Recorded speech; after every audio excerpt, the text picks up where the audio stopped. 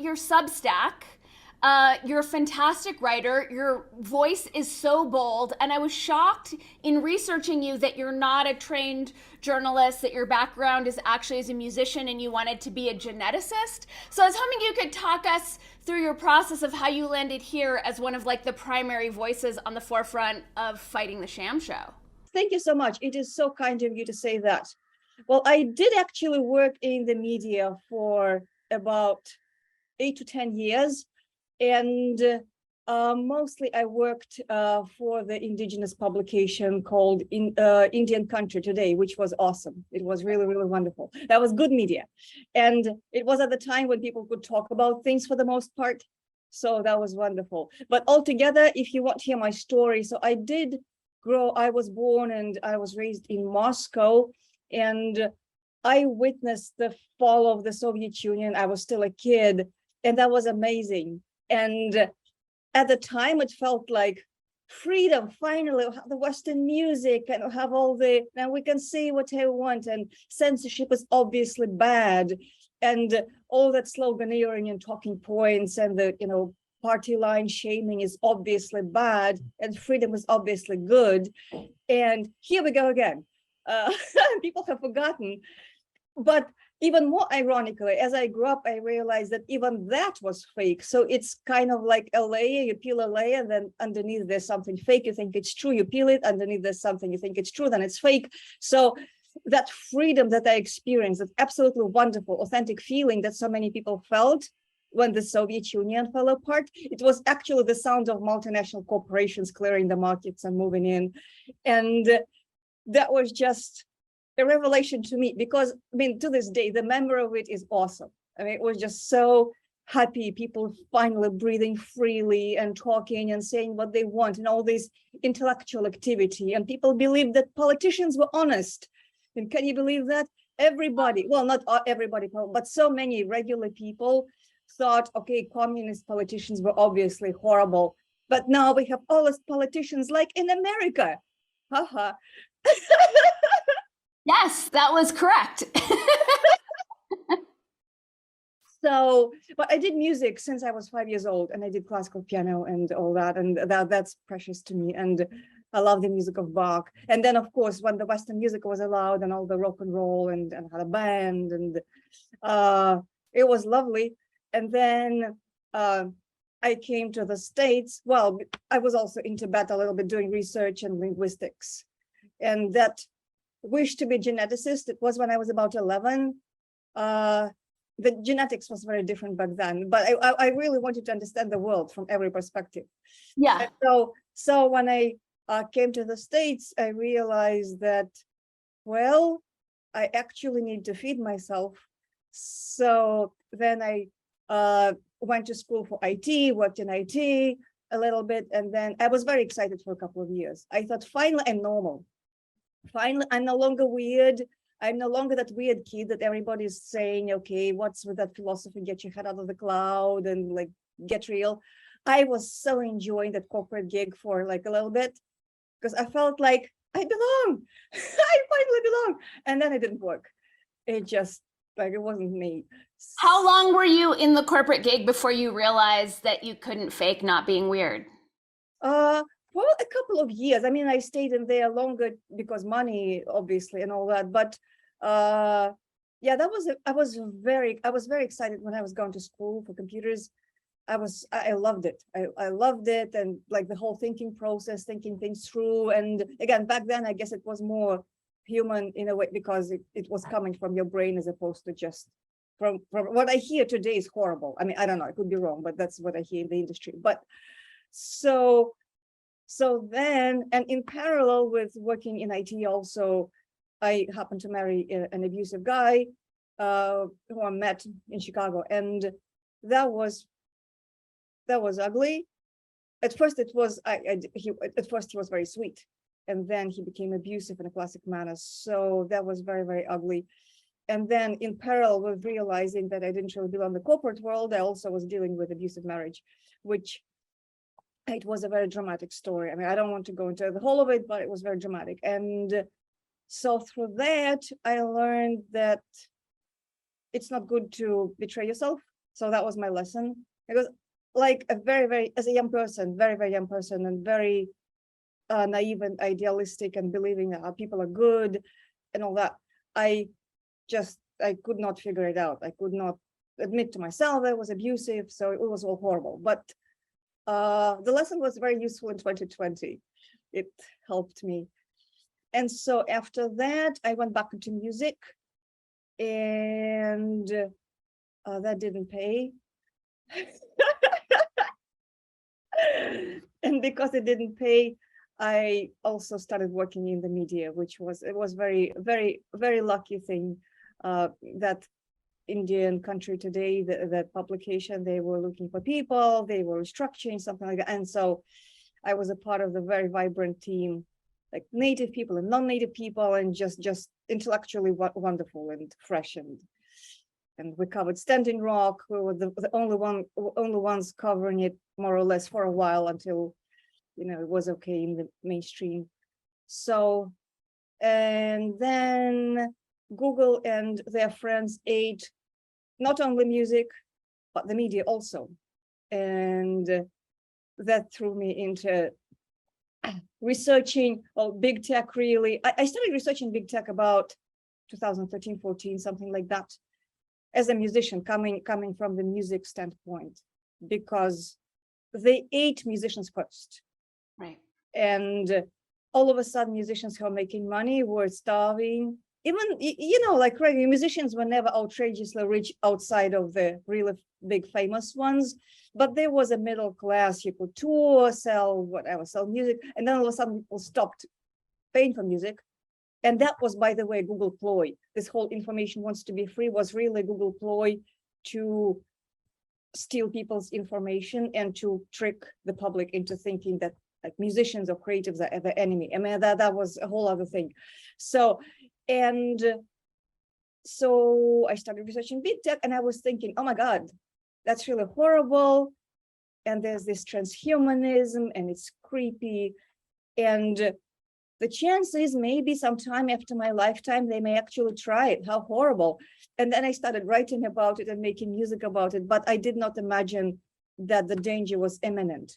Mm-hmm. I thought it was a philosophical trend developing, and I was screaming from the rooftops, and frankly, nobody cared at all. People would go, oh, musician, get a job, stop whining. And that was a standard reaction.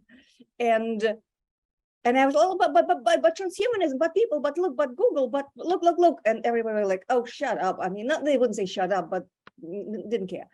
And I was thinking, if they try to apply this business model that they kill the music industry with and the news industry with, as far as like people actually producing the goods, right? I mean, they put them to starvation. And if they try to apply this business model to, say, medicine, to doctors, to lawyers, to politicians, I mean, politicians are not my concern really, but to like agriculture, then we're screwed.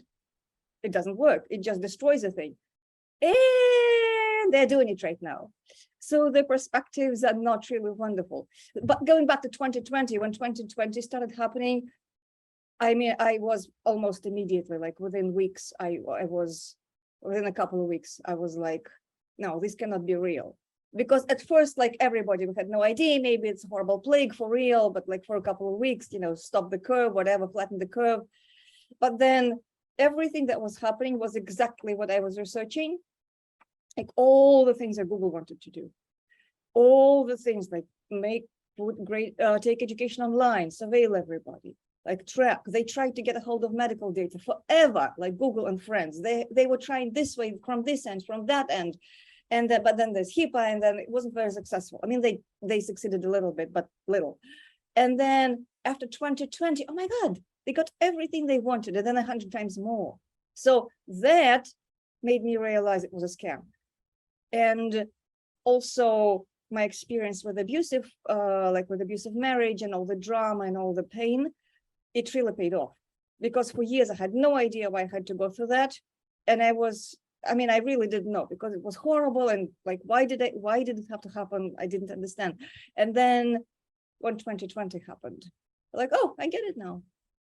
So, and then the rest is history. I started writing my Substack in April 2020. So essentially against the whole health policies. And I mean, I did it philosophically because that's how I think.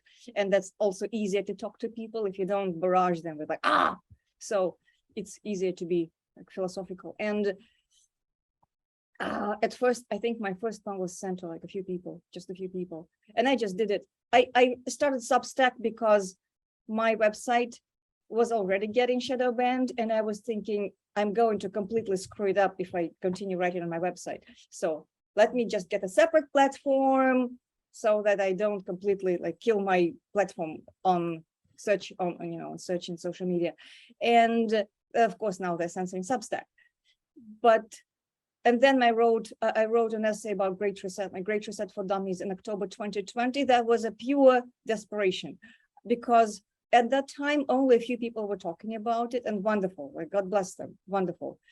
Like Whitney, and of course, like Cory Morningstar with Greta, and Derek Prose was talking about it, and James Corbett. But I mean, there were not too many. There were just very few people talking about it. And I wanted to explain things in a way that kind of makes sense to a person who is not really following that doesn't scare them. So I wrote this massive essay that is poetic and researchy and all that. And suddenly everybody was reposting it and like Zero H. I mean, like I didn't even know. People were just saying, "Oh, I read you on Zero H's. I read you here and there." And I was like, "What? What are you talking about?" And I was like, "Oh yeah, I mean, like yeah." And then it was translated to different languages. It was wonderful. It was wonderful because I was not really seeking. Like I did it because I really wanted people to hear, and many people told me that actually made sense to them and that explained things to them. That was very gratifying. And the rest is history. I mean, we are part of the battle. Absolutely. I have so many questions. There are so many pieces. I'm curious to know, since that essay was reshared so many times and like really put you on the map, like how your life has changed and yeah, like just how you're seeing yourself. Do you define yourself these days as more of a writer? Do you see yourself as an integral piece of the resistance? Well, I guess I've been the integral piece of the resistance ever since I was a teenager. I mean, like I just never really liked the machine. Yeah. But I mean, I don't really see myself any differently than I've ever seen myself. I think it's just, timing, because I was saying exactly the same things for years. Right. Nobody cared. I mean, like I had my little following with my little band where I made songs about essentially what's happening right now. And it was this little thing. I mean, like I don't consider myself amazingly famous now. I mean, like we all do what we do, but I get a lot of emails from people like with really kind words, and that's just humanly pleasant. And I often think about the people who, when say like they complain, they say, I mean, like they're kind of like me, whatever, like 5-10 years ago. And regardless of the age, and then they go, oh, like I have those wonderful ideas, nobody wants to hear. And I mean, I'm like, that's me some time ago. I get it. It's like, like you keep doing whatever you're doing. And it's just like, just keep doing whatever you're doing. You're not doing it for the people as far as, I mean, like we all like pleasant things, but ultimately you're doing it because your soul wants that. And that's, time comes and everything works out. Yeah. So I didn't realize that the music you were writing was also kind of a commentary on what was going on in the world. Have you always been oriented towards justice, towards the greater good? Did that arise because of the fall of communist Russia? Like, where did that come in for you? I don't know. I've always been into trying to understand what life is about.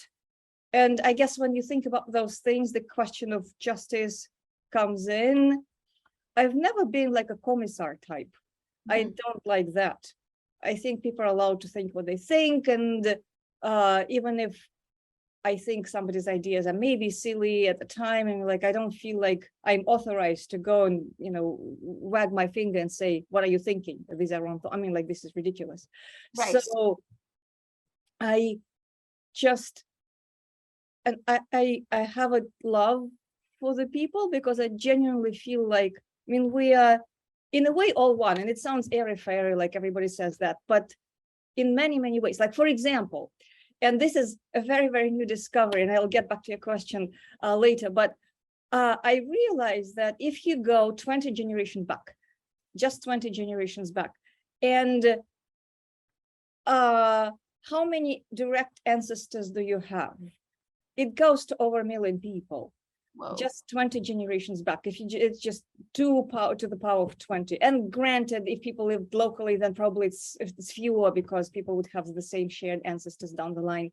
But even so add a few centuries, like 1 million separate human beings had to walk this earth just to become your direct blood, not extended from your direct blood. So how precious are you? I mean, like how precious we are, all of us, for real.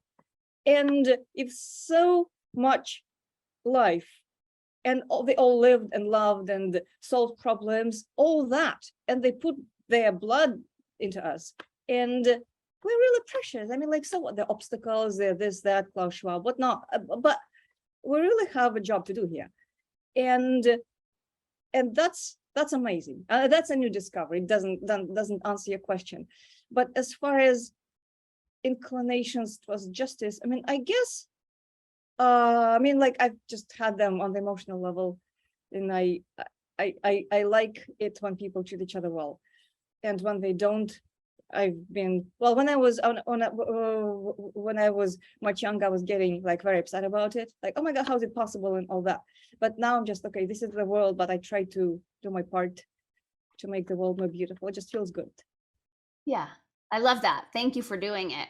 Oh, I'm always absolutely. curious these days as far as like, what is the through line between those of us who see through the sham so clearly and those who don't? And I'm wondering, I mean, I know that you've written about growing up in Russia and rejecting the system and systems people, of course, you know, what happened in Tibet and with the husband and your big tech research around music, but have you pinpointed any of like the defining characteristics that make some of us unable to be controlled or snowed by this sham? Well, I think, I mean, like, I have a custom term for that. It's seeing the face of the machine. I think that the people who have seen it know better than to comply.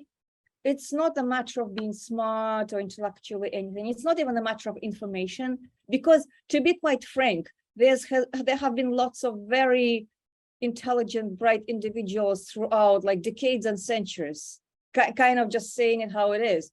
And people either cared or they didn't, or they cared centuries later. So it's not about information per se or intelligence as in smarts. I think it's more about emotional perceptiveness. So if somebody knows on the visceral level that believing the abuser is actually more painful than any difficulty you may have to deal with if you fight it, I mean, I think that's what makes it.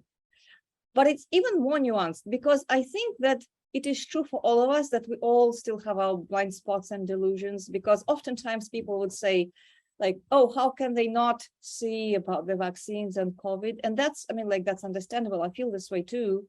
But then that same person, and probably myself and probably many people, still have our own blind spots where we believe in something that is not true, but it is so ingrained in our identity, how we were raised, that it's very hard to like let go of it. And I think that's the process we all go through all of our lives. We discover, oh my God, I didn't realize this thing that I always thought was just like sacred true, and that was a lie. And that's very difficult. And I think it takes character and wisdom and even-handedness to deal with that. So that's why it unwraps kind of throughout our lifetimes. Yeah, I call it binky stealing, like which of our security blankets are we willing to let go of? And I remember, you know, in my experience, I think the last one that I really fought for was like the Dalai Lama and the whole Tibetan lineage, and like really availing myself to the fact that it was creepier than I thought. And I'm wondering, like, A, from your time in Tibet, if you had any kind of worldview shattering experiences about what Tibet really is and what the propaganda around Tibet really is. And also, like, in terms of your own personal development, like that last one that you can remember, maybe one of the strongest, of like letting something go that you held sacred, be it a hero or a narrative. Does that make sense? As far as heroes, I think heroes are going up and down very quickly nowadays. So what was the last hero you lost? you know, Well, there was something. I mean, I really do not idealize people too much or at all. So the last actual hero in that sense that I lost was probably, and I didn't quite lose him, but that was the rock star who I really liked when I was 13 years old.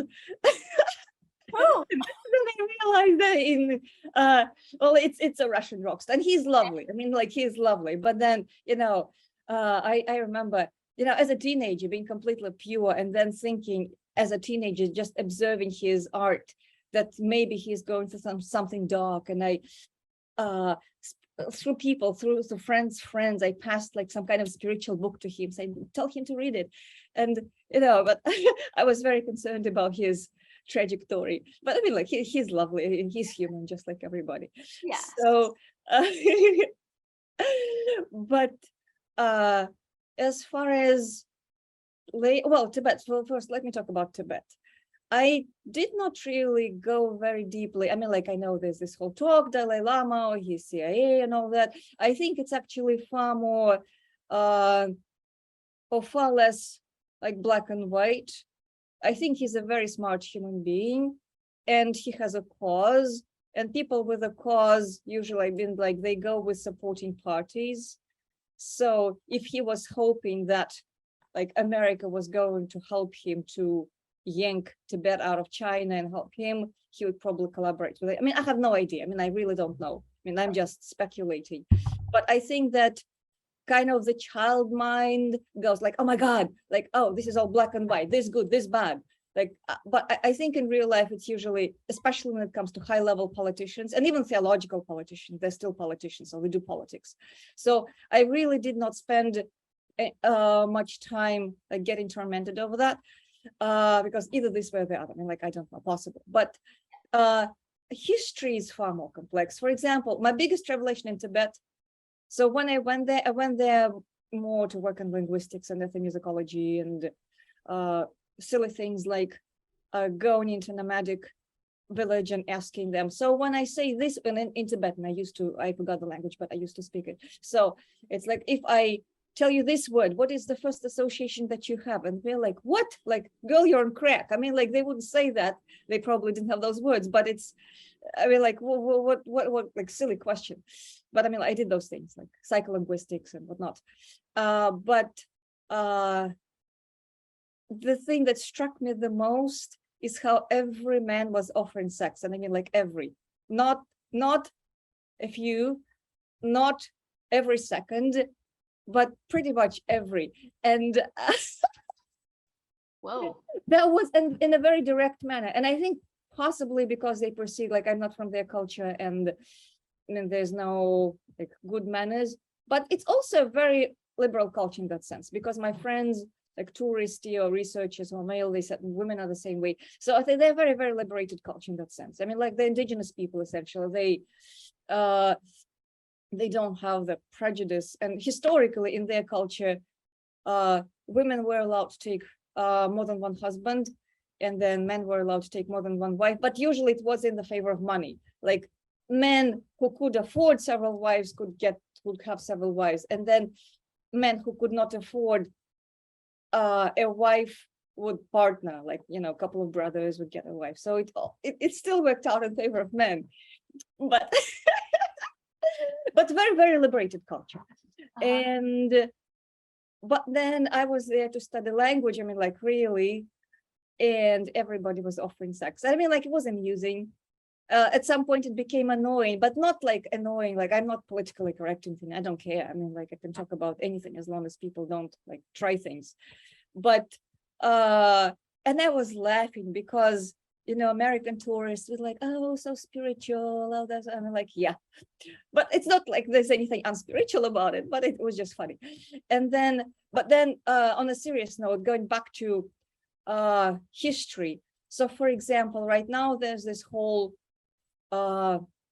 image and feeling in the West, and in Tibet itself, but in the West in particular, like Tibetan Buddhism, this pure, wonderful spiritual thing. And I'm sure in many, many ways it is, but the way it was introduced to Tibet, it was the 7th century. Their king, Songtsen Gampo, he had a couple of wives, Indian, Chinese. So And for political reasons, he decided to convert his people from the traditional belief. It's called Bon, but it's essentially like indigenous, their own indigenous belief. And he told, now everybody become Buddhist.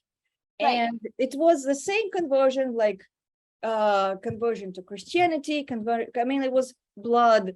People didn't want it. People were just fine doing whatever they were doing. They were not seeking to be converted. And so it was a political thing. It was not anything like, it was just purely political, because he wanted to be seen as more civilized. He wanted to have allies politically. So it was bloodshed and abuse, to the best of my understanding, just like any other conversion. And it also changed the social dynamics, because, for example, prior to that, Tibetans were very fierce, like men, warriors, really fierce. And I'm sure some remained, but then with the monastery culture, where families had to give a certain amount of children to the monastery, and it's like it pacified them, but it also made them more vulnerable to invasions and things like that. So it's very, very interesting to think about it. And then when the Chinese invaded, and by the way, people in Tibet, they're grieving it. When I was there, it was some time ago, so it wasn't like last year, but they were grieving. They love Dalai Lama. They love him. They absolutely love him. That's not propaganda. They love him. They grieve it, and they absolutely grieve that entire situation. I mean, everybody was complaining about it. And I mean, like everybody, wherever I go, people really love the Dalai Lama, and they really like, they feel like they're under invasion. They don't like it. And at the same time, the kids were counting in Chinese, like numerals, like basic numerals. I mean, they would still speak Tibetan, but they would, and that's that. I mean, that was also intentional politics, because when the Chinese invaded, they also changed things a little bit in the Tibetan language, like grammatical, like little changes, like the Bolsheviks changed the Russian language to some degree when they had their revolution. So that there would be a separation, like language would be a little different, and then of course they would allow Chinese men to go and take a second wife, like the Tibetan. I mean, they were trying to really destroy the culture. Yeah. And that's treacherous. That's horrible. That's uncool completely. Bloodshed aside. But again, so when Buddhism was introduced, it was bloodshed. When Chinese invaded, it was bloodshed. So it's like human beings are funny this way. Indeed. Yeah, it's always confused me regarding the Dalai Lama's lineage, where it's like, but you guys came from Genghis Khan, who destroyed the Bon, and ordered everyone to never practice their sacred shamanic rituals again. And I'm wondering, like, where in that trajectory he became elevated. And I'm not sure if it's just like kind of a lingering question I have, as for me, I'm realizing everything I've been taught about the world is a lie, like all of it. So for me to be intellectually honest, I'm just calling everything into question. Like, what is the thing with this Dalai Lama lineage? And what is that really about? I'm not sure if you have any inside information as to like where along the way it went from like plundering colonialist genocidal murderers to like spiritual leaders. Well, I mean, the Genghis Khan was much, much, much later. That forced conversion to Buddhism from Bon was in the 7th century. Genghis Khan came like centuries later, so that was not related. And that was, well, I really do not feel qualified, because I think human beings are funny. Again, it's some things in Tibetan Buddhism, especially Nyingma, which is an older school. And by no stretch of imagination do I consider myself an expert in Buddhism. I mean, like I studied it formally and all that, but I mean, it's much, much, much, much deeper than. So I want to qualify it. I'm not an expert in Buddhism at all. I'm just talking like my own understanding and experience. But so the Buddhism became, especially the older schools, technocratic. They took a lot of things from the old religion. I mean, it just became a part of it. And I think these are probably the most practically interesting aspects of it. And then on top of it came the whole philosophy and intellectual tradition and all that. But to the best of my understanding, the tradition that is theirs, it really didn't make it quite to the West, because our minds are conditioned differently. And I heard like even people who genuinely like high ranked, and I'm not talking about specifically Dalai Lama or specifically Gelugpa, which is his school of Buddhism. I'm talking about the like general, like I don't want to name names, and he's no longer in this world, but from what I heard, a very like big high level teacher, authentic Tibetan, he had to change the way he taught here because people just did not, like the brain was conditioned differently. So he had to do it in order to get through something, but it was very different. So it just tells us that that intellectual conditioning that we have here makes many people, like it takes probably a lot more to get through that.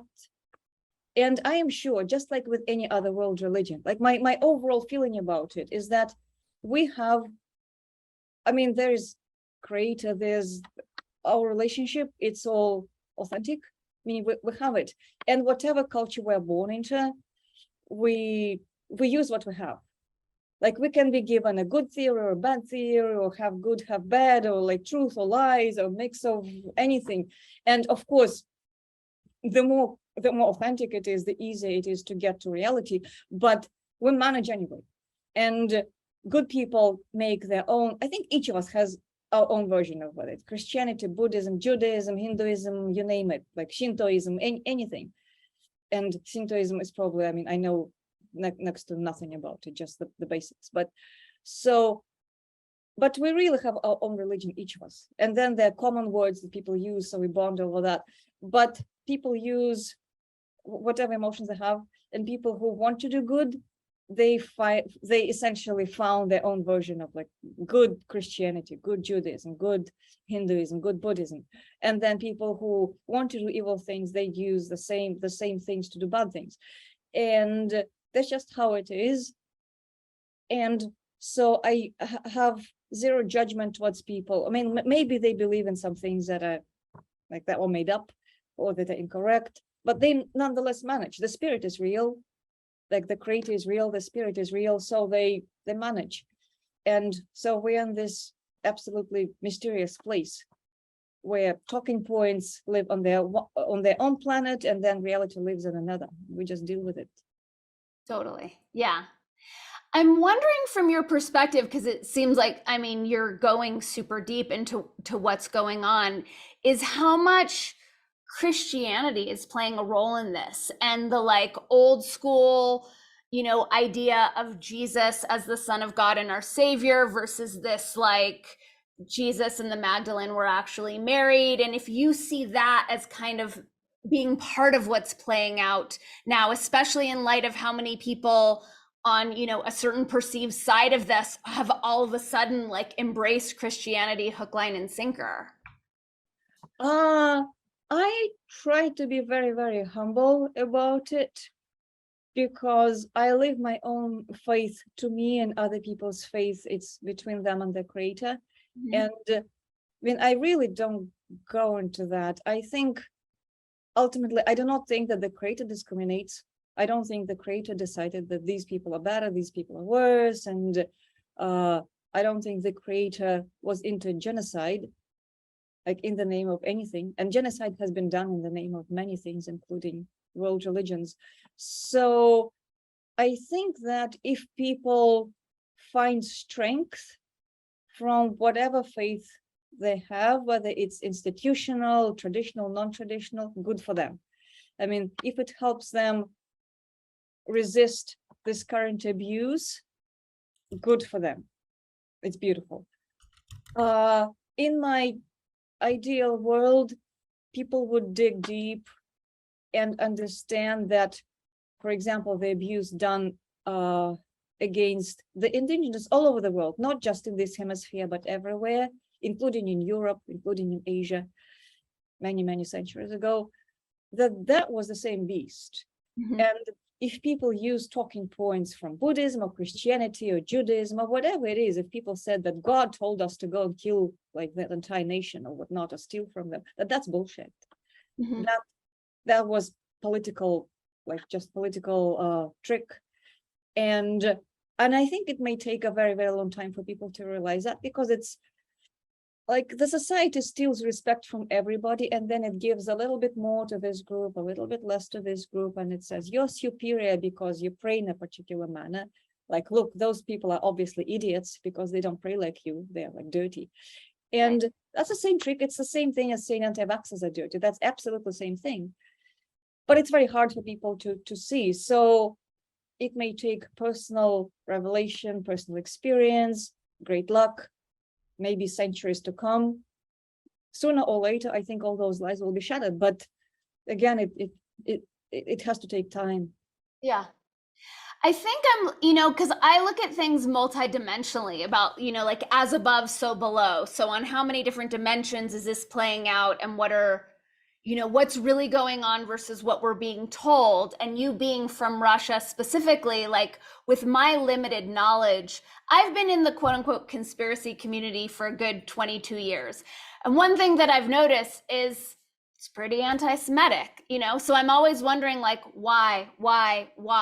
So I got deep into the Khazaria narrative a few years back, and I know that there's been, centuries and centuries of beef between Ukraine, Khazaria, and Russia. And I'm wondering if you, being from that part of the world, have a different kind of lens of perception as to what's actually going on right now between Russia and Ukraine, or maybe it's exactly as they're presenting it in the legacy news.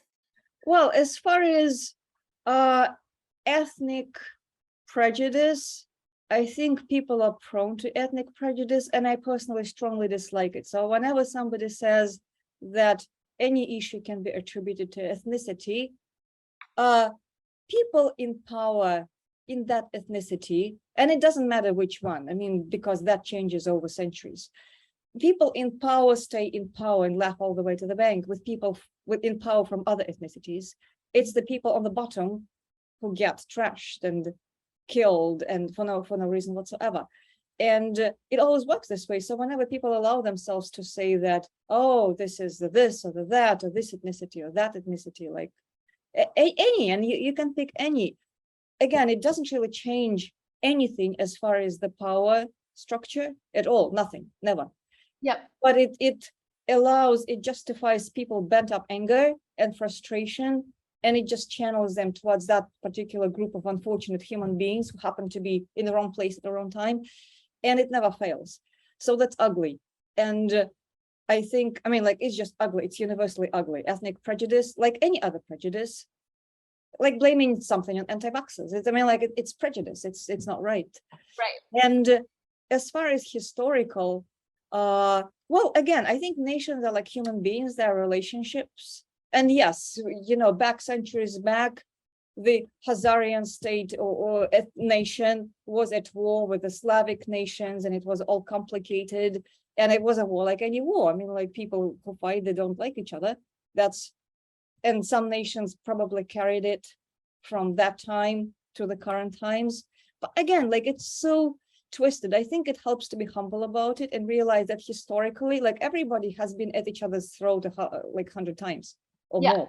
Like, even if we look Tibet and China, now China is on top of Tibet. There was a time when Tibet was like really the stronger one, and so it goes back and forth. Or, like, for example, the Slavic land was under the Tatar Mongolian people, and to this day, I mean, like, I have a little bit of like, I'm mad that it happened. Like, I'm mad that it happened. I'm mad that there was all this rape and pillage, and it was centuries ago. It doesn't mean that I don't talk to Mongolian people. I mean, like, they have nothing to do with it. But, historically, it's just, I mean, I think it's hypocritical to say that human beings don't have like feelings about those things. Human beings have feelings about it. And the honest way to go about it is just to talk. Say, okay, like, you bastards, what did you do? And what did you do? But I mean, like, do it like from the heart with the purpose on healing, which is easier said than done. And I know that people get triggered by propositions of love. They go, what are you talking about? Love, like, but it's the only way. I mean, like, you can try to continue with the domination, like one side wins, one side loses, then centuries pass by, and then another side, a third side, but it's just a vicious circle. So love is really the only way practically. Mm-hmm. It's hard. It takes like forever, forever, forever, but it's the only way. So as far as Russia and Ukraine, it's just heartbreaking, because there was a time like 11 centuries ago, we weren't even two different nations, the same ancestors.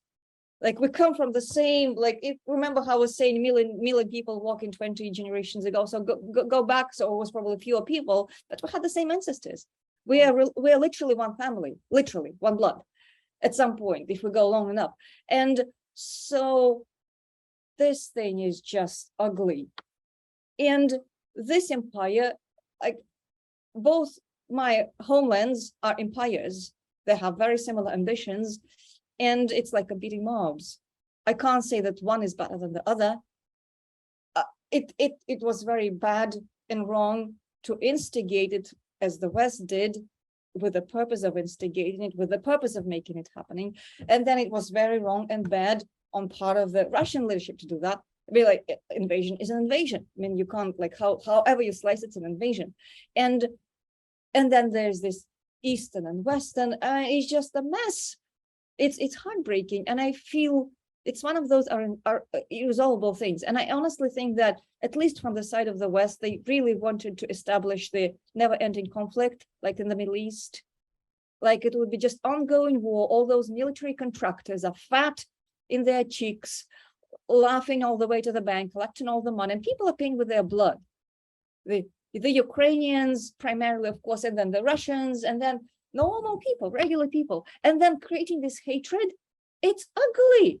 I mean, there was no hatred before, and I'm sure there was prejudice, like people, especially, you know, Ukraine, East and West, culturally different. But the things that the intelligent agencies from the West tried to create, and I'm sure from Russia as well, because they're with one another. They are not good people on either side. But that creation of hatred, I think that's a spiritual crime. I mean, there has to be justice for that in this way or the other, because where there was peace and maybe some prejudice, like, you know, like your language is funny, like yo, but I mean, like, that's one thing. But creating bloodshed out of a situation where there was none, that's not right. Yeah, totally. What is it like for you being a Russian in America right now? Have you gotten any guff for that? Oh, you know what? I paid attention to that years ago when it just started happening. Well, first there was Cold War, right? But then I wasn't here.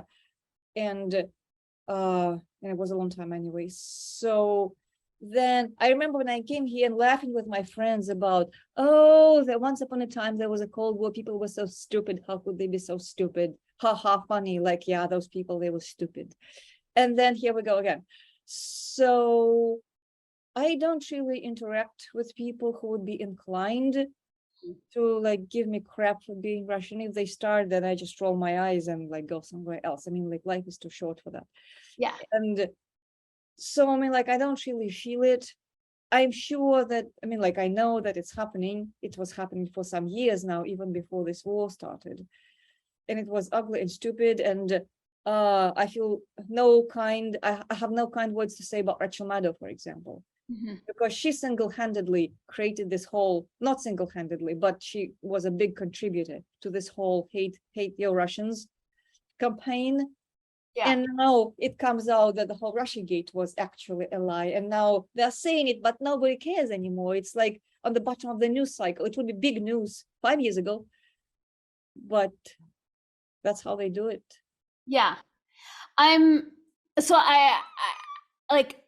have the inclination to ask you about your experience with censorship and to go in a completely different direction. And I'm also being mindful of the time. I really want to know about your podcast series title, Make Words Great Again.